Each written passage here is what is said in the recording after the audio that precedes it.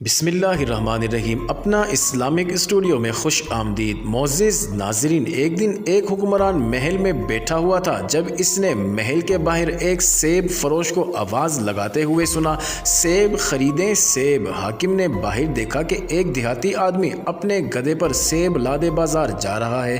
حکمران نے سیب کی خواہش کی اور اپنے وزیر سے کہا، خزانے سے 5 سونے کے سکے لے لو اور میرے لیے ایک سیب لاؤ۔ وزیر نے خزانے سے 5 سونے کے سکے نکالے اور اپنے معاون سے کہا، یہ 4 سونے کے سکے لیں اور ایک سیب لائیں۔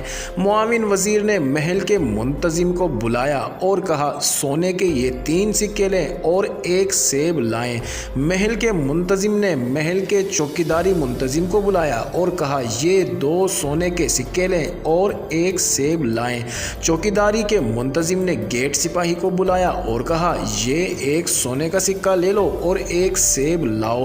سپاہی سیب والے کے پیچھے گیا اور اسے گریبان سے پکڑ کر کہا، دیہاتی انسان، تم اتنا شور کیوں کر رہے ہو؟ تمہیں نہیں پتا کہ یہ مملکت کے بادشاہ کا محل ہے اور تم نے دل دہلا دینے والی آوازوں سے بادشاہ کی نیند میں خلل ڈالا ہے۔ اب مجھے حکم ہوا ہے کہ تجھ کو قید کر دوں۔ سیب فروش محل کے سپاہیوں کے قدموں میں گر گیا اور کہا، میں نے غلطی کی ہے جناب، اس گدھے کا بوجھ میری محنت کی 1 سال کا نتیجہ ہے، یہ لے لو لیکن مجھے قید کرنے سے معاف رکھو۔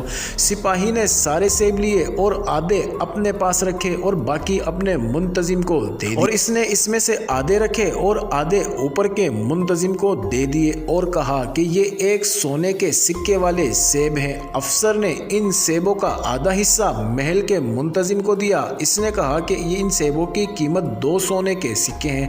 محل کے منتظم نے آدھے سیب اپنے لیے رکھے اور آدھے وزیر کو دیے اور کہا کہ ان سیبوں کی قیمت 3 سونے کے سکے ہیں۔ وزیر نے آدھے سیب اٹھائے اور وزیر اعلیٰ کے پاس گیا اور کہا کہ ان سیبوں کی قیمت 4 سونے کے سکے ہیں۔ وزیر نے آدھے سیب اپنے لیے رکھے اور اس طرح صرف 5 سیب لے کر حکمران کے پاس گیا اور کہا کہ یہ 5 سیب ہیں جن کی مالیت 5 سونے کے سکے ہیں۔ حاکم نے اپنے آپ سوچا کہ اس کے دور حکومت میں لوگ واقعی امیر اور خوشحال ہیں۔ کسان نے 5 سے 5 سونے کے سکوں کے عوض فروخت کیے، ہر سونے کے سکے کے لیے 1 سیب۔ میرے ملک کے لوگ 1 سونے کے سکے کے عوض 1 سیب خریدتے ہیں، یعنی وہ امیر ہیں۔ اس لیے بہتر ہے کہ ٹیکس میں اضافہ کیا جائے اور محل کے خزانے کو بھر دیا جائے، اور پھر یوں عوام میں غربت بڑھتی ہی چلی جائے۔ پاکستان کا بھی یہی حال ہے۔ اللہ ملک پاکستان کے حالات پر رحم کرے۔